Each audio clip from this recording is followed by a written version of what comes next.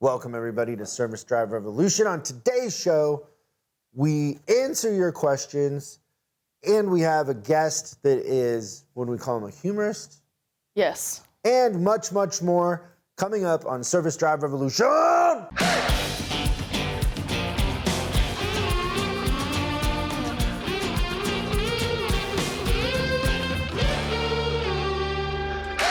How's it going, Mia? It's going so good. How are Everybody, you? please give Mia a round of applause for being a special guest on the show. Otherwise, I'd have to do this alone. I've been abandoned by Christian.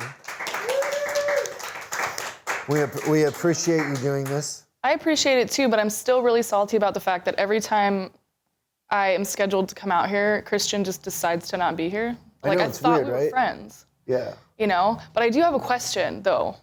I don't know if you know the answer, but just let me know. What did the digital clock say to the grandfather clock? What? Look, Pod, no hands.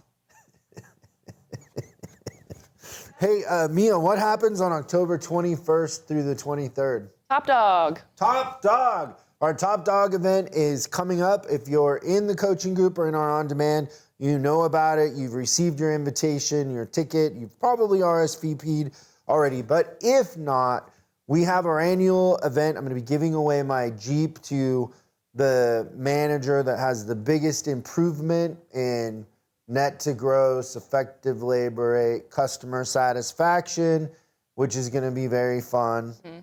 And there's always a clear winner. Second place is always a little upset, though. Yeah, understandable. But there's always the numbers are always pretty clear. But we're going to be giving that away also. We have Robert Cialdini, the iconic author of the book Influence and Persuasion. He rarely does events. He's going to be there. We have John Taffer from Bar Rescue and a couple other guests we haven't announced yet. But we're pretty excited about. It's a great way for you to get out, get around some positive people, make some new friends, get rejuvenized, and get some, new ideas, some new perspective. It's going to be a blast. Yeah. We're doing it here in Los Angeles. I know people are pent up. They want to get out. So this is a good thing to do for your soul. It will feed your soul. Yeah. TopDog will feed your soul. It's like a 3-day spa trip, but for car people. That was terrible. They'll probably, most of them will be drinking and doing terrible things. But and still be fun. What else is going on in your life? BDC training? Yes. Which is incredible that you've created. It's been life-changing, to say the least. So you know that of all the people that we've collaborated with or done training, you by far and away made the transition the easiest. For you or for me? Or both? For us, I know you probably went through hell.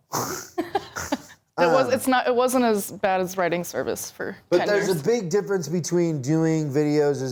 The thing that we run into is we'll have people that are good in the front of the room, like they're great doing workshops or training people in person. Right. And then you turn the camera on and they turn into jello. Yeah. And then they speak they're telling people that they should do this, and then they just get louder and louder, it's hard. I'm super excited about our relationship and your style, because I think your style appeals to the younger kids that maybe I'm a little out of touch with. Mm-hmm. So having you on our platform is going to assist our clients in having, more engaging training for their younger staff. Yeah. Because you kind of have a fresher, funnier perspective. That's the goal. I want people to, I know how boring training and conventions can be, because I've been to countless. We all have, in this industry,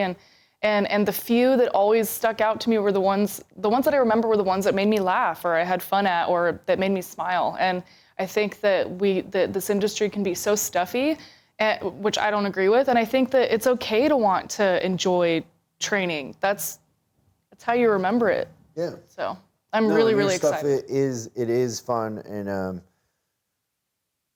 can't wait for it to be up and to get feedback on it. And then people are going to be calling you for BDC, I'll tell you guys now, if you want BDC training or you want a BDC set up, you better get in line, call us, because I know of 2 already, I think, that are in line for you. So it's going to be amazing. I'm so excited. Yeah, you're going to make a big difference. It's great. Should we, before we go to our guests, should we answer a couple questions? Yes, we should.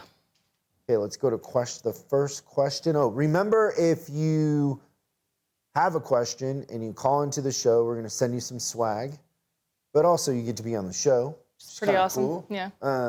The number, so write this down. The number is 8333 Ask SDR. So 8333 Ask SDR. Hi, my name is Anthony, and I'm the express service manager at my dealership. And we started our express department in 2019.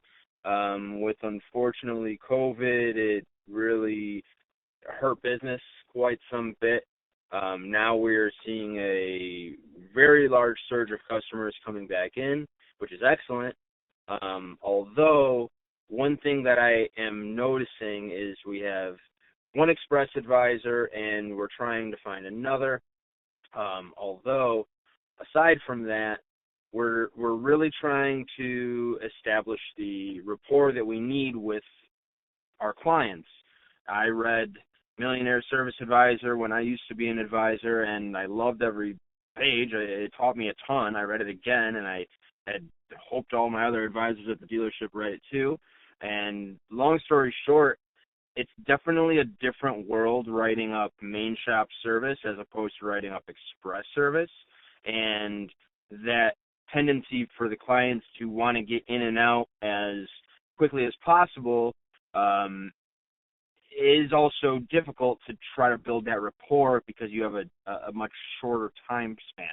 And with a lot of the customers coming in for purely express service or one of their first visits back being an express service, there's only so much it seems we can really do to build that rapport to overall increase our numbers across the board for customer service scores and also profit, obviously. So if you have any suggestions, I would definitely appreciate it. First of all, Anthony, thank you for the kind words about the book, Millionaire Service Advisor. It means a lot to me. When you write a book, you think people are going to read the book, especially if they buy it. But a lot of times, people buy a book and they don't read it. Why? I think they thought it was a good idea, but the actual work or whatever, I don't know. Makes no sense to me, but. Yeah. So do you want to take a shot at this first? Because I got a lot to say about this. I have a lot to say. I do. And I have a feeling that you and I will agree, but also on certain parts may not agree, which is kind of how that's our dynamic. But I think it's a great question because you would think off the top of your head that, yeah, being, an express writer means you don't have enough time to build rapport with your customers. But to me, it's never about the physical amount of time that you have with the customer. Because first of all, building rapport doesn't happen in one visit. It happens over multiple visits. And the first step to building good rapport with your customer is making a good first impression within that first 5 seconds. Because that is not going to build all the rapport, but it's going to pretty much make or break the customer's decision to continue coming back or not, right? So if you give off a really good first impression in that first 5 seconds, and the customer continues to bring their car back to Express to get their oil changed or their basic maintenance done, that's where you're going to start building that rapport. It's not going to be in that first visit. Plus, even if you have, only an hour with that customer, customers in the main shop are going to feel the same way. They still want to get in and out. It doesn't matter if their car is there for half an hour or 2 weeks. They still want their car out as quickly as possible. So it's not necessarily about the amount of time that you have to build that rapport. It's how you do it, and it's how you approach the customer and how empathetic you are and open, really. The problem with Quick Lube is fundamentally the system is designed to fail in a sense. I was just doing this math with somebody on a strategy session the other day that has a bit Quick Lube. And so we pulled their gross for their Quick Lube. And so let's say their Quick Lube had produced $20,000 in gross from parts and service. Okay. Now, they had, I think, 3 technicians. Those 3 technicians cost something like around $10,000, $11,000 a month. What percentage of the gross is that now at this point? You know that I'm so bad at math. So if it's 20,000 and it's 10,000, that's 50%. Okay. So now half of the gross is gone, is gone there. So your gross profit percentage is terrible. And I'm including parts gross in that number, so it's even worse. Right. Like, it's terrible. Then you got to pay an advisor. So now a service advisor that's producing $20,000 in gross, what do you got to pay a service advisor to be a quick lube advisor? Like, what's the minimum you could get away with a month, do you think? A month? Yeah. And understand that the lower that number is, the more turnover you're going to have. Right. So, I mean, 4,000? I mean, maybe nowadays. I'm still thinking about when I worked in Express, like, 8 or 10 years ago, but that was like, the pay was way lower. So I don't have a good comparison. I don't even know what it is now. Whatever it is, like, I mean, my experience is the lower that number is, the more turnover you have. Right? So now you're spending 60, 70% of your gross on advisors and techs. And now the thing is not built for selling additional work. Customers could come in and their hoses are leaking, their oil, like, the thing could be falling apart. Most of the time, the quick lube techs they're not gonna inspect the car to the degree a veteran tech in the shop would. It's just not reality. And we're discounting the oil change. So if you go to Jiffy Lube or Oil Can Henry, their oil changes are 80 to 110. We're charging 30 to 40. So we're undervaluing the oil change. It's not a profit center, right? Marketing thing. Yeah. So we're doing some sort of loss leader to get them in to do nothing. And then in a lot of situations, and I don't know, Anthony, if it's this way in your dealership, it's 50-50 in my experience. Is what happens is, let's say Mia writes up an oil change, and let's just say that, like, it really needs something, and the quick lube tech does recommend something, and Mia wants to have it done. Just handing over to another advisor who's a main shop advisor, that handing over of the customer is also a terrible, a terrible system. Like, the customer now is like, what? Like, what? They just don't being passed around. understand. Yeah, any rapport that was built before is gone, and you got to start over. You feel like an afterthought. Like, it's the weirdest thing when they do that. Like, oh, here, let me walk you over to an advisor. It's like, customers don't understand that or want to deal with that. They just want it fixed or done or. So whatever. you're more under the impression that, like, quick lubes in general or express lanes are kind of pointless. Is kind of what I'm getting from what you're saying. Yes. No. So I think that from a customer's point of view, the concept of doing an oil change rapidly and conveniently is a huge asset to your business. Yeah. What happens behind the scenes is where we get it wrong. So how we structure it in the back with the quick lube techs and quick lube advisor is what we're doing wrong. So the way that we execute it behind the scenes is what's flawed, not what the customer perceives. We want the customer to perceive that oil changes are easy and convenient, but we can do it in a way where we have the opportunity to sell work, and also we have contingencies built in, right? So if you have a lateral support group and I have 2 quick lube techs on that group and 3 oil changes show up, I can give it to a C tech on that group. So I have contingencies built in. When you have a quick lube and it gets backed up, it just backs up more. So you don't have anywhere to go, the Friday before a holiday weekend when you get a rush. Yeah. So that's also a flaw, is you're just piling it up and, setting yourself up to underperform. So financially, the quick lube doesn't make sense. Creating opportunity and part of a business model that we would be available to do additional work that's needed is dramatically diminished when you're executing it in a concentrated way. So we can still do an oil change in 30 minutes. We can still do an inspection. And the other thing is, in the way we approach it and we set it up, is those quick lube techs also become mainline techs. Right. And the turnover is way lower, because your turnover on the quick lube for techs is something like 60% in the first 2 years. Yeah.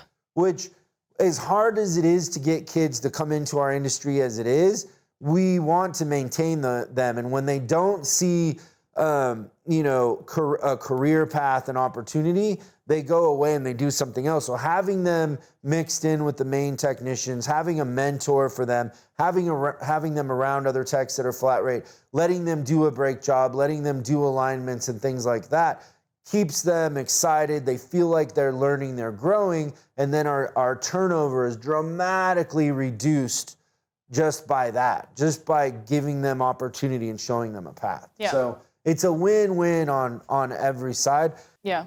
Because a quick lube advisor can't write more than 12 or 15 either and connect and build rapport and pet the dog. So it's just a law of numbers, and it's the limits of, human performance. Humans can only do so much. It's very rare that an advisor can write 30 and do all the things that they need to do. Yeah.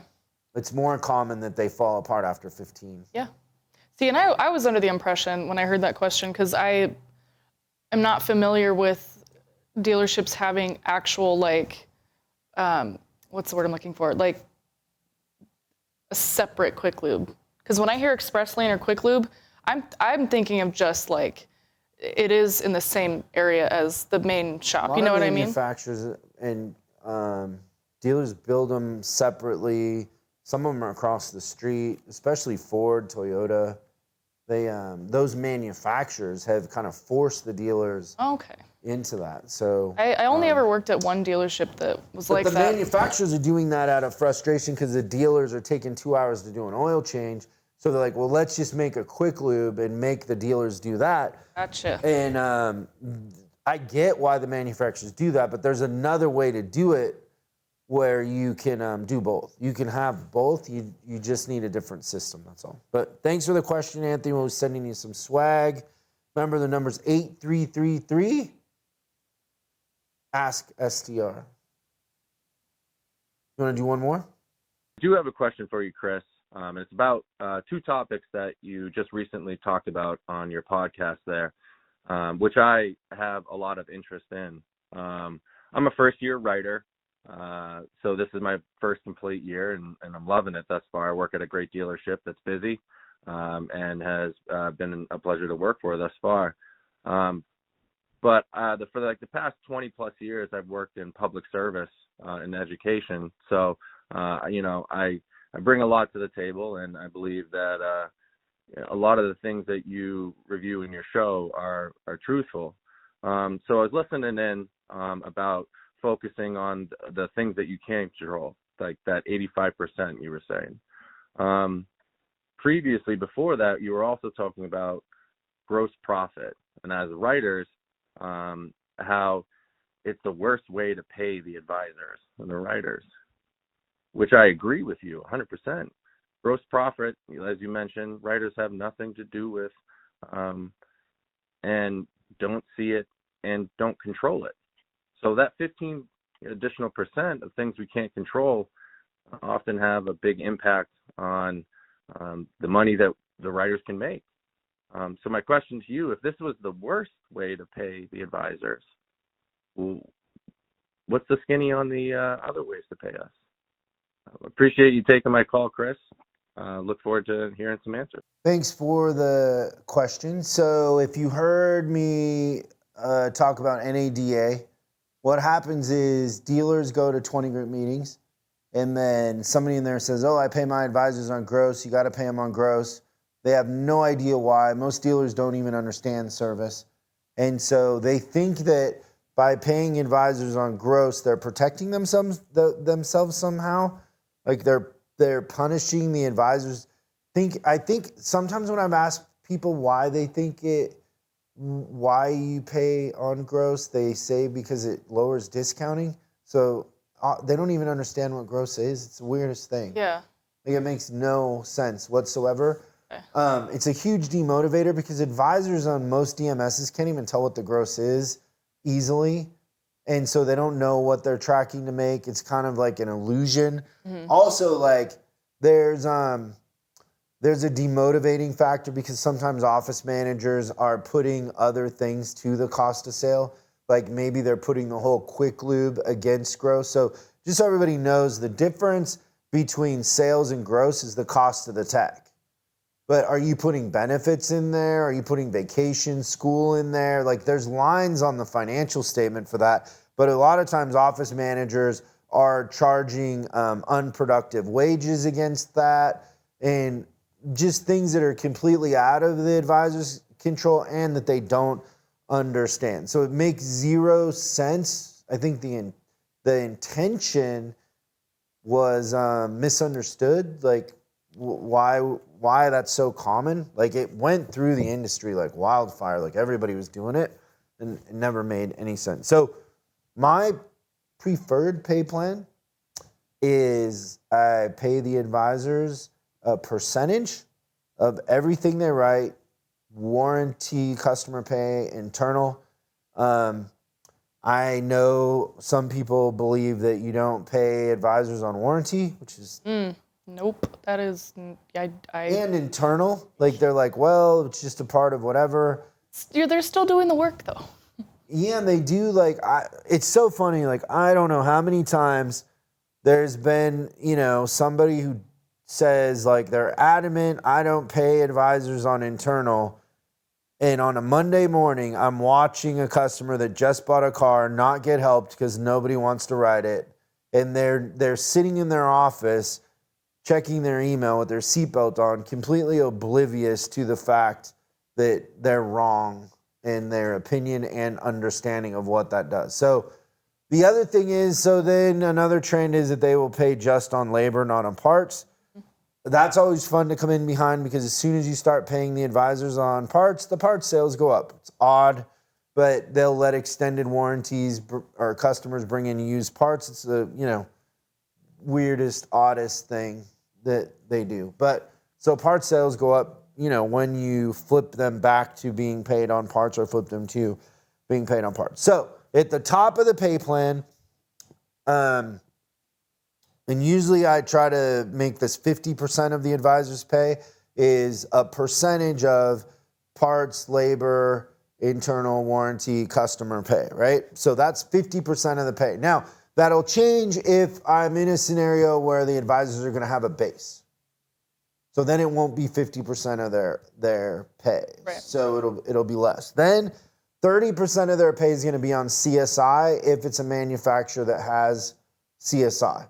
So let's say an advisor makes $6,000 in a month and they don't hit CSI, I want them to make $4,000. I want it to hurt. I want them to be vested. I don't want an advisor that will just sell and doesn't care about CSI or the customer experience. So 30% of the pay plan I want to be CSI. And then the rest of it, I'll do an effective labor rate bonus with some manufacturers. And then I'll do a customer pay bucket bonus where it's just buckets of customer pay and an amount. And I don't do hours per RO. Even though in our advisor competition software we have hours per RO, it's one of 6 or 7 categories. It's watered down.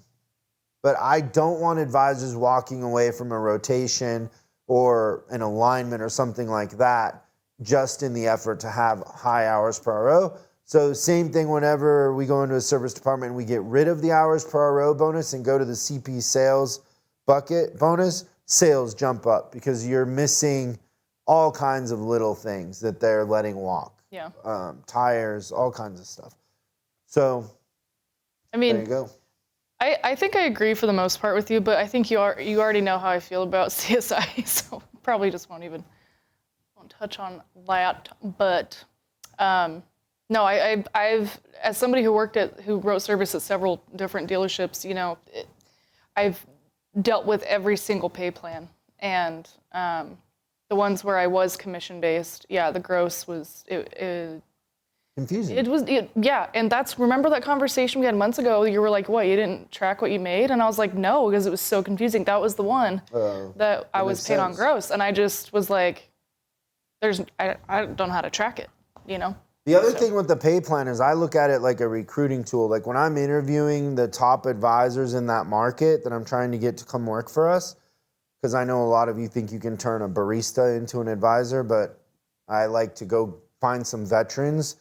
Your competition, oddly too, the techs will follow those veterans. So usually it involves techs. Mm-hmm. I want to put that pay plan down in front of them, and I want to tell them, like, we don't change it. Like it's been there's dealerships that pay plan's been in place 15 years, and I could sit in front of the advisor and be like, this hasn't changed in 15 years, and it won't, and this is what it is. And I make advisors bring their numbers when I interview them, so I can take their numbers and lay it over the pay plan, and it's always a huge asset in recruiting because where they work, they've changed it randomly, and it's gross, and they don't understand it and all that. So part of the design of that pay plan is to be advisor friendly, and that the harder you work, the more you can make, and that tends to attract the higher performing advisors and scare away the underperformers. Yeah. And I actually, so like I've said, I worked at obviously several dealerships over my entire career, but I don't know what it was, but every time I would start at a new dealership, like shortly after I would start, like I would say like 2 or 3 months into it, they would decide to change the pay structure. And so when I say I've literally dealt with every kind that you've ever heard of, I really have, but I have never, thankfully, had to work at a dealership or a shop where they didn't pay the advisors on warranty or internal. That blows my mind that's a thing. I run into that sometimes. Like, really? It's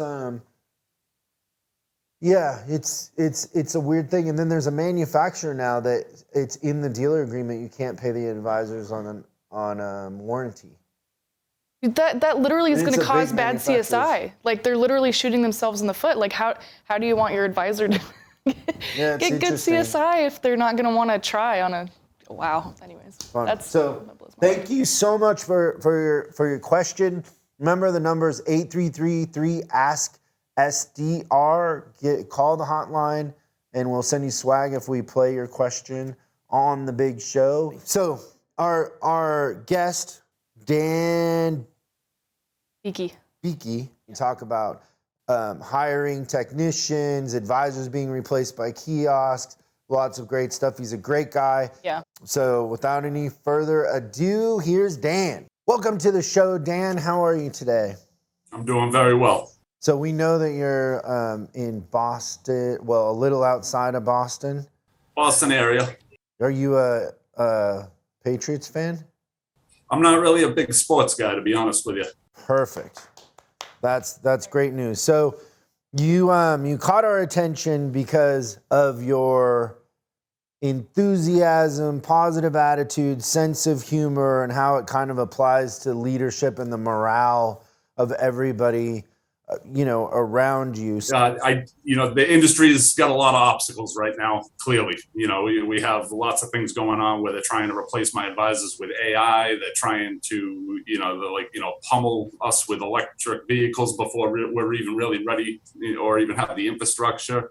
And we're also seeing a lot of other issues with obviously a massive global or at least a nationwide technician shortage. And I don't think a pessimistic approach is going to attract technicians, to be honest with you. I think, so I've been really working on trying to be optimistic and just, I feel like there's a huge shift in the industry, especially with being able to contact other dealerships and whatnot via LinkedIn and so on. And it seems to be a lot of teamwork going on where, if someone can't help you, they can find someone that can help you. We didn't really have that 20 years ago. Would you say you're a connoisseur of humor? No, I don't think I'm at that level. Because Mia's got a joke for you. Tell him your dad joke. I'd love to hear it. You're gonna okay. I mean, I'm pretty funny, so you have a lot to live up to. I'm totally kidding. That's not true. All right, I'm waiting. Why did Billy get fired from the banana factory? Why? Because he kept throwing away all the bent ones. Did Christian give you that? I'm not telling you. That's a secret. That is industry secrets that you don't get to learn. Industry secrets. My humor. Dan, what is Sherlock Holmes' favorite type of meat? Favorite kind of meat? Yeah.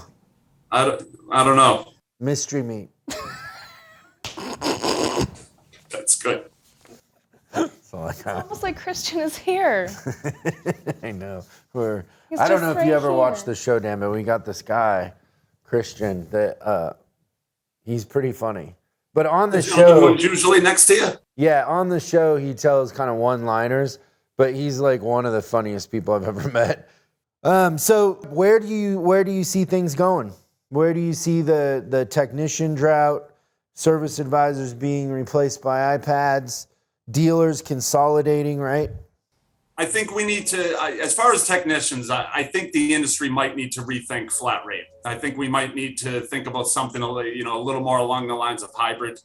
We can't just, technicians are in huge demand right now, and obviously the technicians know it. And if I was a technician, I would, completely use that to my advantage as well. But it's just, it's hard to say where it needs to go, but obviously the industry is not going to survive if we just give technicians $100 an hour just to obtain them. We're not going to maintain profitability. We'd have to raise our labor rates so high that customers would just seek service elsewhere. So we got to think of something else, something that's fair to the technicians, something where they can count on an honest wage, but still have some kind of incentive for producing more than maybe the guy next to them. I don't agree with paying them all hourly. Because there's always going to be one tech that works harder than the other or works on more complicated jobs than the other. So I think maybe hybrid style pay plans are probably the way to go. And I'm not saying I have that completely figured out, but that's where my gut's going. And I think they deserve it, to be honest with you. These guys work hard, and for many, many years they weren't respected. They were treated like they were a dime a dozen. And now the situation's completely flipped, and general managers and service managers are really realizing their worth, without a doubt. Which they had worth the entire time, and they should have been treated that way. So Dan, I have a interesting insight into this because I'm in different industries, and one industry that we're in and deeply involved in is the heavy duty truck. And heavy duty truck is for the most part, like a very small percentage of those dealerships are flat rate. And so what do you think the efficiency is across the board in those shops? Like if you take the national efficiency, what would you guess it is in an environment where flat rate doesn't really exist? I mean, are we exceeding 100% efficiency? Is that where we're going with that? No, we're closer to 60 or below. Okay, because that's where I would have guessed like 70, but I thought you were about to tell me, it's common to see 40, but we're saying the average across, right? Because some are going to be a little better at 75. You rarely ever see 80, but for the most part, 60 is the number, and you'll have a lot worse, right? So now just think about from a business model, if your production is 60% and your cost of the technician per hour, let's just say it's $30 to use a nice round number. So if you're running at 60%, what does that make your cost to produce an hour? You got me. It's close. It's like around 50, right? Because you're going to take, if we said that they're running at 50%, our cost to produce that hour would be $60, right? Because they're spending 2 hours to produce 1 hour. Yeah. So if my cost of labor is $50 in a shop that is hourly, what I have found is it's better to pay $40 an hour for good flat rate techs than to flip to an hourly thing and have your production go down. Because the other thing that happens in an hourly shop is the technicians no longer have to write good stories. They no longer care about that hour of diagnosis. So you have 20 to 25% shrinkage in your billable time because they're not incentivized to get the most out of each RO. The advisors can give it away. They don't care. And so I was talking about this earlier on something else I was doing where when you put a flat rate tech in that environment, like let's say you have 10 hourly techs and you put a flat rate one in, it's like a bull in a china shop, because he's like, I want to get paid for diagnosis. I want you to look up this time because the book says 5 hours and you're paying me 4. And all of a sudden, because they want to get paid, they want you to close out the ROs, right? Because open ROs become a big issue because the techs nobody cares if it's closed out because nobody's incentivized. You got advisors that are hourly. You got techs that are hourly. So you have hundreds of thousands of dollars in open ROs, and it becomes very loose and very unpredictable, and everybody's not rowing in the same direction. So in everything I design in my outlook going forward and anything I'm involved in, I would pay the technicians more per hour to be flat rate. Like if I had to pay a tech $50 an hour to be flat rate, I still would be better than a $30 an hour tech that's 50% efficient. And a lot of times I go into these shops and the technicians aren't flat rate and they think their cost of labor is $30. And when I show them that their actual cost of labor is $60 because they're running at 50% efficient and their leakage, we'll go through some repair orders and actually look at the billable times and why isn't there diagnosis on this and that sort of thing. And the shrinkage on top of the efficiency makes it very, very hard to be profitable and have a business that's healthy and scalable. There's obviously a problem. I don't think any one person knows how to solve it yet. I do love flat rate. Don't get me wrong, but I feel like something has to change. No, it is funny when I talk to people, Dan, and they're like, "You can't hire techs." I'm like, okay, good to know. Then you find them a tech. Yeah, most of the time, then we help them find techs. Yeah, I was trying to figure out. And I'd have to ask Christian, but he's not here with the bad jokes. I believe last month, just in a handful of clients, we maybe hired over 60 techs. So we're hiring techs. But we're not saying that you can't hire techs. We have to. What else? We got to get good at it or we're out of business, right? Yeah, without a doubt. It's like I said, it's a problem that I know that we'll solve. But because what other choice do we have but to figure it out? Yeah. Obviously, the automotive business is not going to go away because technicians dried up. I mean, it's a business that has to survive. It's as long as automobiles exist, there's going to have to be people that fix them, especially if they keep building them the way that they're building them now. So, Yep. Awesome. Well, we appreciate you coming on. Keep it up. If there's anything we can do for you, let us know. I appreciate it very much. Thank you. Thanks, Dan. Thanks so much for watching this episode of Service Job Revolution. We're uploading new stuff every day, so make sure you subscribe and click the bell icon so you don't miss out. If you have a question you'd like us to answer on the show, call 8333-ASK-SDR and we'll answer your question on the show. That's 8333-ASK-SDR. For special deals on our books and training, head over to offers.chriscollinsinc.com. Now that's offers.chriscollinsinc.com. I'm Chris Collins, and I'll see you in the next video.